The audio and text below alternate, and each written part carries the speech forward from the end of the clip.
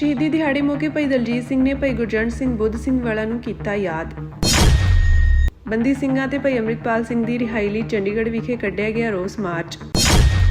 ਸ਼੍ਰੀ ਅਕਾਲ ਤਖਤ ਸਾਹਿਬ ਨੂੰ ਪੰਜਾਬ ਸਰਕਾਰ ਨੇ ਸੌਂਪਿਆ 28 ਸਫ਼ਿਆਂ ਦਾ ਖਰੜਾ।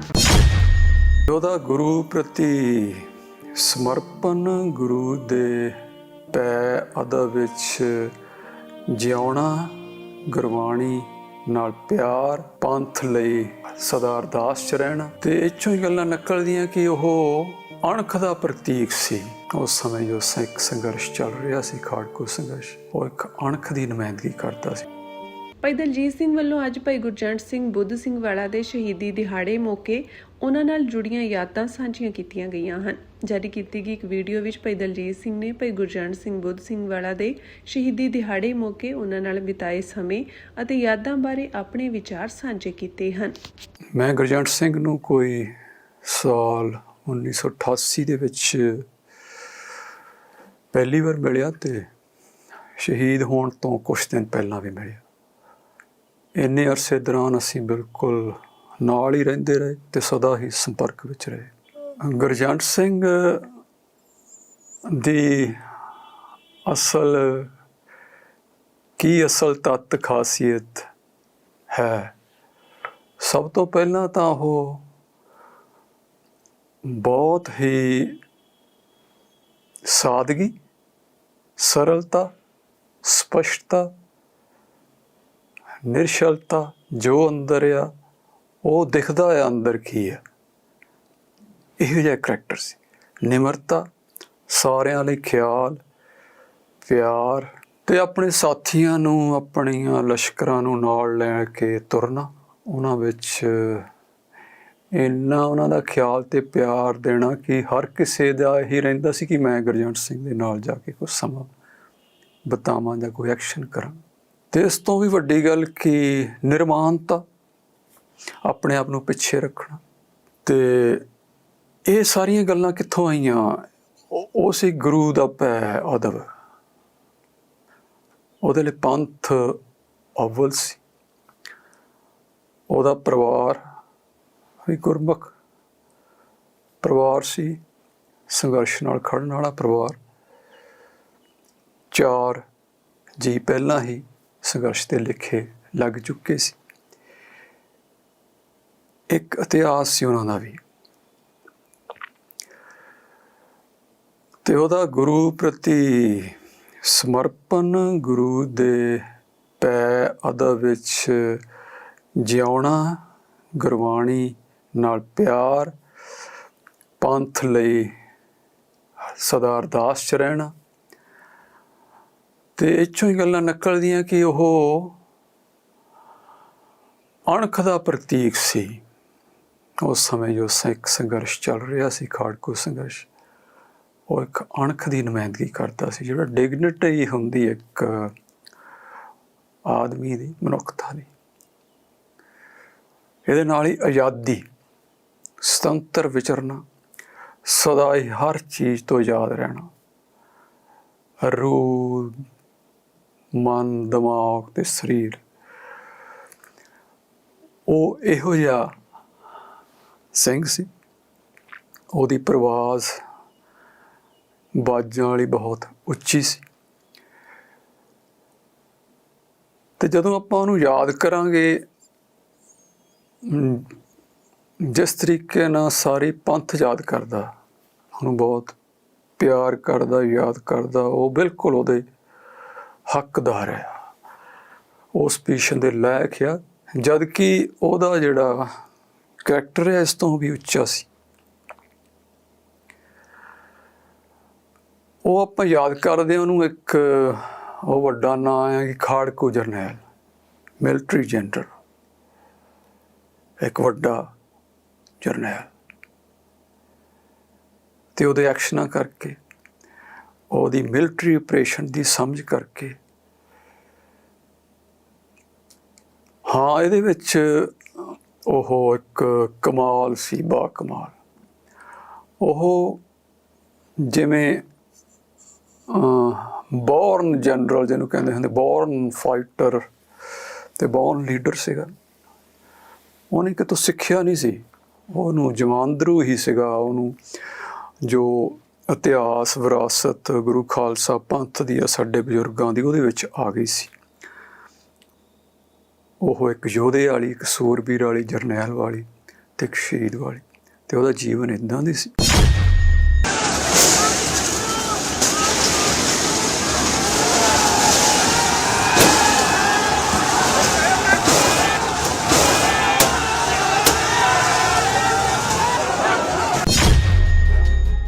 ਚੰਡੀਗੜ੍ਹ ਸਰਹੱਦ ਤੇ ਮੁਹਾਲੀ ਵੱਲੋਂ ਆ ਰਹੇ ਰੋਸ ਮਾਰਚ ਨੂੰ ਰੋਕਣ ਲਈ ਪੁਲਿਸ ਵੱਲੋਂ ਕੀਤੀ ਗਈ ਬੈਰੀਕੇਡਿੰਗ ਦੌਰਾਨ ਸਥਿਤੀ ਉਸ ਸਮੇਂ ਹੋਰ ਤਣਾਅਪੂਰਨ ਹੋ ਗਈ ਜਦੋਂ ਵਾਰਿਸ ਪੰਜਾਬ ਦੇ ਜਥੇਬੰਦੀ ਅਤੇ ਅਕਾਲੀ ਦਲ ਨਾਲ ਜੁੜਿਆ ਇੱਕ ਨੌਜਵਾਨ ਪ੍ਰਦਰਸ਼ਨਕਾਰੀ ਪੁਲਿਸ ਵੱਲੋਂ ਤਾਇਨਾਤ ਕੀਤੀ ਗਈ ਵਾਟਰ ਕੈਨਨ ਵਾਲੀ ਗੱਡੀ ਤੇ ਜਾ ਚੜਿਆ। ਹਡੂਰ ਸਾਹਿਬ ਤੋਂ ਸੰਸਦ ਮੈਂਬਰ ਭਾਈ ਅੰਮ੍ਰਿਤਪਾਲ ਸਿੰਘ ਅਤੇ ਹੋਰ ਬੰਦੀ ਸਿੰਘਾਂ ਦੀ ਤੁਰੰਤ ਰਿਹਾਈ ਦੀ ਮੰਗ ਕਰ ਰਹੇ ਹਜ਼ਾਰਾਂ ਪ੍ਰਦਰਸ਼ਨਕਾਰੀਆਂ ਵੱਲੋਂ ਚੰਡੀਗੜ੍ਹ ਵਿੱਚ ਦਾਖਲ ਹੋਣ ਅਤੇ ਮੁੱਖ ਮੰਤਰੀ ਨਿਵਾਸ ਵੱਲ ਵਧਣ ਦੀਆਂ ਕੋਸ਼ਿਸ਼ਾਂ ਤੋਂ ਬਾਅਦ ਪੁਲਿਸ ਅਤੇ ਪ੍ਰਦਰਸ਼ਨਕਾਰੀਆਂ ਵਿਚਾਲੇ ਭਾਰੀ ਖਿੱਚੋਤਾਣ ਦੇਖਣ ਨੂੰ ਮਿਲੀ, ਜਿਸ ਕਾਰਨ ਪੂਰੇ ਸਰਹੱਦੀ ਖੇਤਰ ਵਿੱਚ ਸੁਰੱਖਿਆ ਬਲ ਪੂਰੀ ਤਰ੍ਹਾਂ ਅਲਰਟ ਤੇ ਹਨ। ਵਾਰਿਸ ਪੰਜਾਬ ਜਥੇਬੰਦੀ ਦੇ ਕਾਰਕੁਨ ਸਾਰੀਆਂ ਰੋਕਾਂ ਤੋੜ ਕੇ ਚੰਡੀਗੜ੍ਹ ਵਿੱਚ ਦਾਖਲ ਹੋਏ। ਇਹ ਰੋਸ ਮਾਰਚ ਲਗਾਤਾਰ ਅਤੇ ਤੇਜ਼ੀ ਨਾਲ ਪੰਜਾਬ ਦੇ ਮੁੱਖ ਮੰਤਰੀ ਭਗਵੰਤ ਸਿੰਘ ਮਾਨ ਦੀ ਰਿਹਾਇਸ਼ ਵੱਲ ਅੱਗੇ ਵਧੇ। ਮੁੱਖ ਮੰਤਰੀ ਭਗਵੰਤ ਮਾਨ ਦੀ ਰਿਹਾਇਸ਼ ਦੇ ਬਾਹਰ ਸਖਤ ਬੈਰੀਕੇਡਿੰਗ ਕੀਤੀ ਗਈ ਸੀ ਅਤੇ ਸੁਰੱਖਿਆ ਦੇ ਪ੍ਰਬੰਧਾਂ ਨੂੰ ਵੀ ਪੂਰੀ ਤਰ੍ਹਾਂ ਮਜ਼ਬੂਤ ਕਰ ਲਿਆ ਗਿਆ ਹੈ। ਇਸ ਮੌਕੇ ਪੁਲਿਸ ਨੇ ਮੁੱਖ ਮੰਤਰੀ ਦੀ ਰਿਹਾਇਸ਼ ਦੇ ਨਜ਼ਦੀਕ ਸੰਸਦ ਮੈਂਬਰ ਸਰਬਜੀਤ ਸਿੰਘ ਦੀ ਪਤਨੀ ਸੰਦੀਪ ਕੌਰ ਨੂੰ 4 ਤੋਂ 5 ਕਾਰਕੁਨਾਂ ਸਣੇ ਹਿਰਾਸਤ ਵਿੱਚ ਲਿਆ। ਜਾਣਕਾਰੀ ਮੁਤਾਬਕ ਪੁਲਿਸ ਹਿਰਾਸਤ ਵਿੱਚ ਲਏ ਕਾਰਕੁਨਾਂ ਨੂੰ ਹੀਰਾ ਚੌਂਕ ਵਿੱਚ ਪ੍ਰਦਰਸ਼ਨ ਵਾਲੀ ਥਾਂ ਤੇ ਛੱਡ ਕੇ ਆਈ। ਇਸ ਤੋਂ ਪਹਿਲਾਂ ਵਾਰਿਸ ਪੰਜਾਬ ਦੇ ਜਥੇਬੰਦੀ ਦੇ ਮੁਖੀ ਭਾਈ ਅੰਮ੍ਰਿਤਪਾਲ ਸਿੰਘ ਅਤੇ ਦੇਸ਼ ਦੀਆਂ ਵੱਖ-ਵੱਖ ਜੇਲ੍ਹਾਂ ਵਿੱਚ ਬੰਦ ਬੰਦੀ ਸਿੰਘਾਂ ਦੀ ਤੁਰੰਤ ਰਿਹਾਈ ਦੀ ਮੰਗ ਨੂੰ ਲੈ ਕੇ ਜਥੇਬੰਦੀ ਨਾਲ ਜੁੜੇ ਆਗੂਆਂ, ਵਰਕਰਾਂ ਅਤੇ ਸਮਰਥਕਾਂ ਵੱਲੋਂ ਚੰਡੀਗੜ੍ਹ ਵਿਖੇ ਵਿਸ਼ਾਲ ਸ਼ਾਂਤਮਈ ਮਾਰਚ ਸ਼ੁਰੂ ਕਰ ਦਿੱਤਾ ਗਿਆ। ਰੋਸ ਮਾਰਚ ਦੇ ਮੱਦੇਨਜ਼ਰ ਚੰਡੀਗੜ੍ਹ ਟ੍ਰੈਫਿਕ ਪੁਲਿਸ ਨੇ ਆਮ ਲੋਕਾਂ ਅਤੇ ਵਾਹਨ ਚਾਲਕਾਂ ਲਈ ਵਿਸ਼ੇਸ਼ ਟ੍ਰੈਫਿਕ ਐਡਵਾਈਜ਼ਰੀ ਵੀ ਜਾਰੀ ਕੀਤੀ ਸੀ ਕਿ ਸਾਡੇ ਨਾਲ ਹਮੇਸ਼ਾ ਧੱਕਾ ਹੁੰਦਾ। ਸਾਡੀ ਕੌਮ ਦੇ ਬਹੁਤ ਸਾਰੇ ਜਿਹੜੇ ਜੁਝਾਰੂ ਆ ਉਹ ਜੇਲ੍ਹਾਂ 'ਚ ਬਿਨਾਂ ਕਸੂਰ ਤੋਂ, ਬਿਨਾਂ ਕੇਸਾਂ ਤੋਂ ਜਿਹੜੇ ਅੰਦਰ ਬੈਠੇ ਆ। ਹਮੇਸ਼ਾ ਹੀ ਮੰਗ ਰਹੀ ਹੈ ਪੰਜਾਬ ਦੀ ਕਿ ਉਹਨਾਂ ਨੂੰ ਬਿਨਾਂ ਸ਼ਰਤ ਰਿਹਾ ਕੀਤਾ ਜਾਏ। ਇਹ ਜੋ ਪੰਜਾਬ ਸਰਕਾਰ ਦਾ ਇਸ ਸਮੇਂ ਮੁੱਖ ਮੰਤਰੀ ਹੈ ਭਗਵੰਤ ਮਾਨ, ਉਹਦੀ ਕੋਠੀ ਦਾ ਘਿਰਾਓ ਕੀਤਾ ਜਾਊਗਾ, ਇੱਥੇ ਵਿਧਾਨ ਸਭਾ ਦਾ ਘਿਰਾਓ ਕੀਤਾ ਜਾਊਗਾ ਔਰ ਇਹ ਕੌਮ ਚੁੱਪ ਨਹੀਂ ਬੈਠੇਗੀ। ਜੈਦਾ ਸਾਹਿਬ ਨੇ ਗੱਲਾਂ ਕੀਤੀਆਂ ਸੀਗੀਆਂ ਜੋ ਸਾਨੂੰ ਆਦੇਸ਼ ਸੀਗੇ ਉਹਨਾਂ ਦੇ, ਉਹ ਤੇ ਸਾਰੇ ਅਸੀਂ ਜਵਾਬ ਦਿੱਤੇ ਨੇ ਅੱਜ। ਉਹ ਦਸਤਾਵੇਜ਼ ਮੈਂ ਦੇ ਆਇਆ, ਜੈਦਾ ਸਾਹਿਬ ਦੇਖ ਲੈਣ। ਸ਼੍ਰੀ ਗੁਰੂ ਗ੍ਰੰਥ ਸਾਹਿਬ ਜਾਗਤ ਜੋਤ ਸੋਧ ਐਕਟ 2026 ਦੀਆਂ ਇਤਰਾਜ਼ਯੋਗ ਮਦਾਂ ਅਤੇ ਇਤਰਾਜ਼ਯੋਗ ਸ਼ਬਦਾਵਲੀ ਨੂੰ ਹਟਾਉਣ ਵਾਸਤੇ ਸ਼੍ਰੀ ਅਕਾਲ ਤਖਤ ਸਾਹਿਬ ਵੱਲੋਂ ਸਰਕਾਰ ਨੂੰ ਦਿੱਤੇ ਗਏ ਨਿਰਧਾਰਿਤ ਸਮੇਂ ਦੀ ਮਿਆਦ ਖਤਮ ਹੋਣ ਤੋਂ ਬਾਅਦ ਅੱਜ ਸਰਕਾਰ ਵੱਲੋਂ ਸ਼੍ਰੀ ਅਕਾਲ ਤਖਤ ਸਾਹਿਬ ਵਿਖੇ ਇੱਕ ਪੱਤਰ ਸੌਂਪਿਆ ਗਿਆ ਹੈ। ਇਹ ਪੱਤਰ ਪੰਜਾਬ ਸਰਕਾਰ ਦੇ ਨੁਮਾਇੰਦੇ ਵਜੋਂ ਵਿਧਾਇਕ ਡਾਕਟਰ ਇੰਦਰਬੀਰ ਸਿੰਘ ਨਿੱਜਰ ਅਤੇ ਡਿਪਟੀ ਕਮਿਸ਼ਨਰ ਅੰਮ੍ਰਿਤਸਰ ਵੱਲੋਂ ਸ਼੍ਰੀ ਅਕਾਲ ਤਖਤ ਸਾਹਿਬ ਦੇ ਸਕੱਤਰੇਤ ਵਿਖੇ ਸੌਂਪਿਆ ਗਿਆ, ਜਿਸ ਵਿੱਚ ਬੇਅਦਬੀ ਰੋਕੂ ਕਾਨੂੰਨ ਵਿੱਚ ਇਤਰਾਜ਼ਯੋਗ ਮਦਾਂ ਸੰਬੰਧੀ ਸਰਕਾਰ ਦੀ ਤਰਫੋਂ ਪੱਖ ਤੇ ਇੱਕ ਖਰੜਾ ਸ਼ਾਮਿਲ ਹੈ, ਜੋ ਸਕੱਤਰੇਤ ਦੇ ਇੰਚਾਰਜ ਬਗੀਚਾ ਸਿੰਘ ਨੂੰ ਅਧਿਕਾਰਤ ਰੂਪ ਵਿੱਚ ਅੱਜ ਸੌਂਪਿਆ ਗਿਆ। ਮਿਲੀ ਜਾਣਕਾਰੀ ਦੇ ਮੁਤਾਬਕ ਸ਼੍ਰੀ ਅਕਾਲ ਤਖਤ ਸਾਹਿਬ ਵੱਲੋਂ ਸਰਕਾਰੀ ਨੁਮਾਇੰਦਿਆਂ ਨੂੰ ਆਖਿਆ ਗਿਆ ਕਿ ਭੇਜੇ ਗਏ ਇਸ ਖਰੜੇ ਨੂੰ ਘੋਖਣ ਦਾ ਸਮਾਂ ਦਿੱਤਾ ਜਾਵੇ। ਇਸ ਬਾਰੇ ਸਿੱਖ ਸੰਸਥਾਵਾਂ ਦੀ ਸਹਿਮਤੀ ਹੋਣਾ ਜ਼ਰੂਰੀ ਹੈ। ਇਹ 28 ਸਫ਼ਿਆਂ ਦਾ ਖਰੜਾ ਹੈ। ਇਸ ਪੱਤਰ ਵਿੱਚ 3 ਅਗਸਤ ਨੂੰ ਸਰਕਾਰ ਵੱਲੋਂ ਸੱਦੇ ਗਏ ਵਿਧਾਨ ਸਭਾ ਦੇ ਸੈਸ਼ਨ ਦਾ ਕੋਈ ਜ਼ਿਕਰ ਨਹੀਂ ਹੈ, ਜਿਸ ਬਾਰੇ ਚਰਚਾ ਹੈ ਕਿ ਸਰਕਾਰ ਵੱਲੋਂ ਇਸ ਸੈਸ਼ਨ ਵਿੱਚ ਇਤਰਾਜ਼ਯੋਗ ਮਦਾਂ ਨੂੰ ਦਰੁਸਤ ਕੀਤਾ ਜਾ ਸਕਦਾ ਹੈ। ਸ਼੍ਰੀ ਅਕਾਲ ਤਖਤ ਸਾਹਿਬ ਵੱਲੋਂ ਸਰਕਾਰੀ ਪ੍ਰਤੀਨਿਧ ਨੂੰ ਆਖਿਆ ਗਿਆ ਹੈ ਕਿ ਪਹਿਲਾਂ ਵੀ ਇਸ ਮਾਮਲੇ ਵਿੱਚ ਸਰਕਾਰ ਵੱਲੋਂ ਕਾਹਲੀ ਕੀਤੀ ਗਈ ਸੀ ਅਤੇ ਮੁੜ ਕਾਹਲੀ ਨਾ ਕੀਤੀ ਜਾਵੇ। ਉਹਨਾਂ ਨੇ ਸਰਕਾਰ ਨੂੰ ਸੰਦੇਸ਼ ਭਿਜਵਾਇਆ ਹੈ ਕਿ ਇਸ ਮਾਮਲੇ ਵਿੱਚ ਇੱਕ ਸਾਂਝੀ ਕਮੇਟੀ ਬਣਾਈ ਜਾਣੀ ਚਾਹੀਦੀ ਹੈ ਤਾਂ ਜੋ ਇਸ ਐਕਟ ਨੂੰ ਅੰਤਿਮ ਪ੍ਰਵਾਨਗੀ ਦੇਣ ਤੋਂ ਪਹਿਲਾਂ ਇਹ ਇਤਰਾਜ਼ਯੋਗ ਮਦਾਂ ਅਤੇ ਸ਼ਬਦਾਵਲੀ ਨੂੰ ਹਟਾਇਆ ਜਾ ਸਕੇ ਅਤੇ ਇਸ ਸਬੰਧ ਵਿੱਚ ਸਹਿਮਤੀ ਬਣਾਈ ਜਾ ਸਕੇ। ਜ਼ਿਕਰਯੋਗ ਹੈ ਕਿ 29 ਜੂਨ ਨੂੰ ਇਸ ਮਾਮਲੇ ਵਿੱਚ ਸ਼੍ਰੀ ਅਕਾਲ ਤਖਤ ਸਾਹਿਬ ਵੱਲੋਂ ਪੰਜਾਬ ਵਿਧਾਨ ਸਭਾ ਦੇ ਸਾਰੇ ਸਿੱਖ ਵਿਧਾਇਕਾਂ ਅਤੇ ਮੰਤਰੀਆਂ ਨੂੰ ਤਲਬ ਕੀਤਾ ਗਿਆ ਸੀ, ਜਿੱਥੇ ਉਹਨਾਂ ਨੂੰ ਇਸ ਕਾਨੂੰਨ ਵਿੱਚ ਇਤਰਾਜ਼ਯੋਗ ਮਦਾਂ ਨੂੰ ਹਟਾਉਣ ਅਤੇ ਇਤਰਾਜ਼ਯੋਗ ਸ਼ਬਦਾਵਲੀ ਨੂੰ ਠੀਕ ਕਰਨ ਲਈ ਆਦੇਸ਼ ਦਿੱਤੇ ਗਏ ਸਨ। ਇਸ ਸਬੰਧ ਵਿੱਚ ਸਰਕਾਰ ਨੂੰ 1 ਮਹੀਨੇ ਦਾ ਸਮਾਂ ਦਿੱਤਾ ਗਿਆ ਸੀ, ਜੋ 28 ਜੁਲਾਈ ਨੂੰ ਸਮਾਪਤ ਹੋ ਗਿਆ ਹੈ। 1 ਮਹੀਨੇ ਦੇ ਨਿਰਧਾਰਿਤ ਸਮੇਂ ਵਿੱਚ ਸਰਕਾਰ ਵੱਲੋਂ ਸੋਧ ਸੰਬੰਧੀ ਦਿੱਤੀ ਸਹਿਮਤੀ ਬਾਰੇ ਕੋਈ ਜਵਾਬ ਨਾ ਆਉਣ ਕਾਰਨ ਸ਼੍ਰੀ ਅਕਾਲ ਤਖਤ ਸਾਹਿਬ ਵੱਲੋਂ ਇਸ ਮਾਮਲੇ ਤੇ ਚਿੰਤਾ ਪ੍ਰਗਟਾਈ ਗਈ ਸੀ, ਜਿਸ ਤੇ ਬੀਤੇ ਕੱਲ੍ਹ ਜਥੇਦਾਰ ਗਿਆਨੀ ਕੁਲਦੀਪ ਸਿੰਘ ਗੜਗੱਜ ਨੇ ਸਖਤ ਇਤਰਾਜ਼ ਵੀ ਪ੍ਰਗਟਾਇਆ ਸੀ। ਉਹਨਾਂ ਸਪਸ਼ਟ ਕੀਤਾ ਸੀ ਕਿ ਕੱਲ੍ਹ ਨਿਰਧਾਰਿਤ ਸਮੇਂ ਦੀ ਮਿਆਦ ਖਤਮ ਹੋਣ ਤੱਕ ਸ਼ਾਮ 5 ਵਜੇ ਤੱਕ ਸਰਕਾਰ ਕੋਲੋਂ ਕੋਈ ਵੀ ਹੁੰਗਾਰਾ ਨਹੀਂ ਆਇਆ ਸੀ। ਸ਼੍ਰੀ ਅਕਾਲ ਤਖਤ ਸਾਹਿਬ ਵੱਲੋਂ ਇਸ ਐਕਟ ਵਿਚਲੀਆਂ ਕੁਝ ਮਦਾਂ ਅਤੇ ਸ਼ਬਦਾਵਲੀ ਤੇ ਸਖਤ ਇਤਰਾਜ਼ ਕੀਤਾ ਗਿਆ ਹੈ। ਤੇ ਪਿਛਲੀ 29 ਤਰੀਕ ਨੂੰ ਸਾਰੇ ਸਿੱਖ ਕੈਬਨਿਟ, MLA ਤੇ ਮਿਨਿਸਟਰ ਉਹ ਸਕੱਤਰੇਤ ਸ਼੍ਰੀ ਅਕਾਲ ਤਖਤ ਸਾਹਿਬ ਆਏ ਤੇ ਬੜੇ ਸੁਖਾਵੇਂ ਮਾਹੌਲ ਦੇ ਵਿੱਚ ਬੜੀ ਸੋਹਣੀ ਗੱਲਬਾਤ ਹੋਈ। ਹਰ ਗੱਲ ਬੜੇ ਖੁੱਲੇ ਮਨ ਦੇ ਨਾਲ ਬੜੇ ਵਿਸਥਾਰ ਨਾਲ ਸਮਝਾਈ ਗਈ। ਅੱਜ ਸ਼ਾਮ ਤੱਕ ਦਾ 1 ਮਹੀਨਾ ਜਿਹੜਾ ਸੀ ਉਹ ਪੂਰਾ ਹੋ ਗਿਆ, ਪਰ ਅਜੇ ਤੱਕ ਸਰਕਾਰ ਦੀ ਤਰਫ ਕੋਈ ਵੀ ਪੱਤਰ ਕੁਛ ਨਹੀਂ ਆਇਆ ਆਫੀਸ਼ੀਅਲੀ। ਔਰ ਉੱਥੇ 5 ਜਕਾਰੇ ਲੱਗੇ 5 ਸਿੰਘ ਸਾਹਿਬਾਂ ਨੇ, ਤੇ 5 ਵਾਰੀ ਸਾਰਿਆਂ ਨੇ ਬਾਹਾਂ ਖੜੀਆਂ ਕੀਤੀਆਂ। ਭਾਈ ਜਿਹੜੀਆਂ ਵੀ ਸੋਧਾਂ ਕਰਨ ਨੂੰ ਸ਼੍ਰੀ ਅਕਾਲ ਤਖਤ ਸਾਹਿਬ ਕਹਿ ਰਿਹਾ, ਉਹ ਭਾਵੇਂ ਕਸਟੋਡੀਅਨ ਦੀਆਂ ਦੋਵੇਂ ਮੱਦਾਂ ਜਾਂ ਜਿਤਨਾ ਵੀ, ਉਹ ਹਟਾਈਆਂ ਜਾਣਗੀਆਂ। ਫਿਰ ਅਰਦਾਸ ਵੀ ਹੋਈ। ਤੇ ਮੈਨੂੰ ਤੇ ਜਿੱਥੋਂ ਤੱਕ ਯਕੀਨ ਆ ਕਿ ਜੇ ਕੋਈ ਅਕਾਲ ਤਖਤ ਸਾਹਿਬ ਸੰਵਾਦ ਵੀ ਵਿਚਾਰ ਵੀ ਹੋਣ ਤੋਂ ਬਾਅਦ ਗੱਲ ਮੰਨ ਲਵੇ ਤੇ ਉਹਦੇ ਤੋਂ ਭੱਜ ਨਹੀਂ ਸਕਦਾ, ਨਾ ਭੱਜਣਾ ਚਾਹੀਦਾ। ਅਕਾਲ ਤਖਤ ਦੇ ਸਾਹਮਣੇ ਯਾਰ ਇਹ ਕੀ ਆ ਕਾਨੂੰਨ ਛੋਟੇ ਛੋਟੇ। ਅਸੀਂ ਆਪਣੀਆਂ ਰਵਾਇਤਾਂ ਲਈ, ਆਪਣੇ ਸਿਧਾਂਤਾਂ ਲਈ 18ਵੀਂ ਸਦੀ ਤੋਂ ਸੰਘਰਸ਼ ਕਰਦੇ ਆ ਰਹੇ, ਔਰ ਪੰਥ ਨੇ ਕਦੀ ਵੀ ਗੁਰੂ ਗ੍ਰੰਥ ਸਾਹਿਬ ਦੇ ਉੱਤੇ ਕੋਈ ਸਰਕਾਰ ਕਾਨੂੰਨ ਬਣਾਵੇ, ਗੁਰੂ ਪੰਥ ਦੇ ਕਾਇਦੇ ਕਾਨੂੰਨ ਤੈਅ ਕਰੇ, ਪੰਥ ਨੇ ਕਦੀ ਨਹੀਂ ਇਹ ਨਾ ਬਰਦਾਸ਼ਤ ਕੀਤਾ ਵਾ ਤੇ ਨਾ ਪੰਥ ਕਦੀ ਕਹਿੰਦਾ। ਹੁਣ ਜਦੋਂ ਮੰਗੀ ਨਹੀਂ, ਫੇਰ ਵੀ ਚਲੋ ਸੋਧਾ ਕਰਨ ਨੂੰ ਕਿਹਾ ਤੇ ਅੱਜ 1 ਮਹੀਨਾ ਹੋ ਗਿਆ। ਆਪਾਂ ਇੰਨੇ ਵੇਸਲੇ ਕਿਉਂ ਆ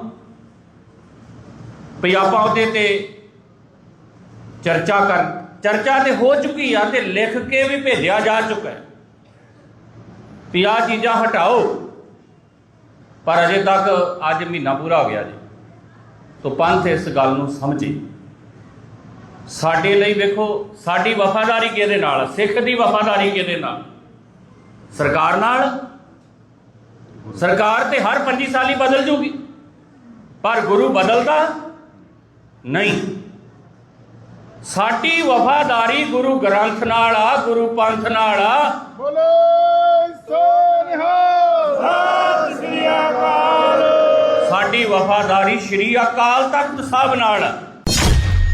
ਥੋੜੀ ਜੀ ਥਲ ਤੇ ਪਈ ਹੈ ਜਦੋਂ ਦਾ ਇਹ ਕਾਨੂੰਨ ਬਣਿਆ। ਉਹਨਾਂ ਨੇ ਬਹੁਤ ਚੰਗਾ ਕੰਮ ਕੀਤਾ ਪੰਜਾਬ ਸਰਕਾਰ ਨੇ।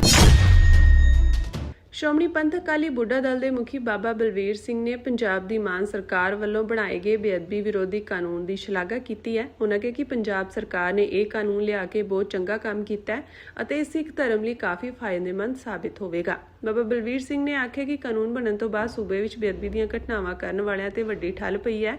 ਇਸ ਦੇ ਨਾਲ ਹੀ ਉਹਨਾਂ ਸੁਝਾਅ ਦਿੱਤਾ ਕਿ ਇਸ ਕਾਨੂੰਨ ਨੂੰ ਹੋਰ ਮਜ਼ਬੂਤ ਅਤੇ ਪ੍ਰਭਾਵਸ਼ਾਲੀ ਬਣਾਉਣ ਲਈ ਸਿੱਖ ਸੰਗਤ ਵੱਲੋਂ ਆਏ ਸੁਝਾਵਾਂ ਨੂੰ ਵੀ ਇਸ ਵਿੱਚ ਜ਼ਰੂਰ ਸ਼ਾਮਿਲ ਕਰ ਲੈਣਾ ਚਾਹੀਦਾ ਹੈ। ਪੰਜਾਬ ਦੇ ਵਿੱਚ ਵੀ ਦੇਖਿਆ ਆਪਾਂ ਕਿੰਨੀ ਥੋੜੀ ਜੀ ਥਲ ਤੇ ਪਈ ਹੈ ਜਦੋਂ ਦਾ ਇਹ ਕਾਨੂੰਨ ਬਣਿਆ।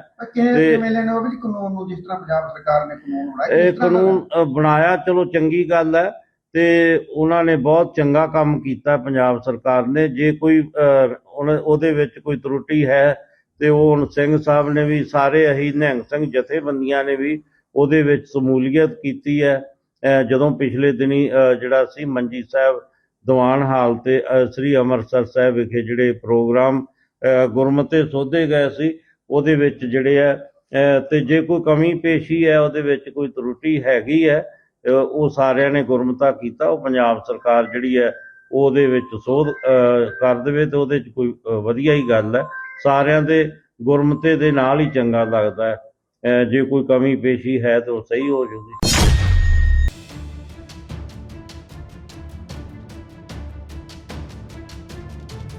ਸ਼੍ਰੋਮਣੀ ਅਕਾਲੀ ਦਲ ਪੁਨਰ ਸੁਰਜੀਤ ਦੇ ਵਫਦ ਨੇ ਅੱਜ ਪੰਜਾਬ ਲੋਕ ਸਭਾ ਭਵਨ ਵਿੱਚ ਪੰਜਾਬ ਦੇ ਰਾਜਪਾਲ ਗੁਲਾਬ ਚੰਦ ਕਟਾਰੀਆ ਨਾਲ ਮੁਲਾਕਾਤ ਕੀਤੀ।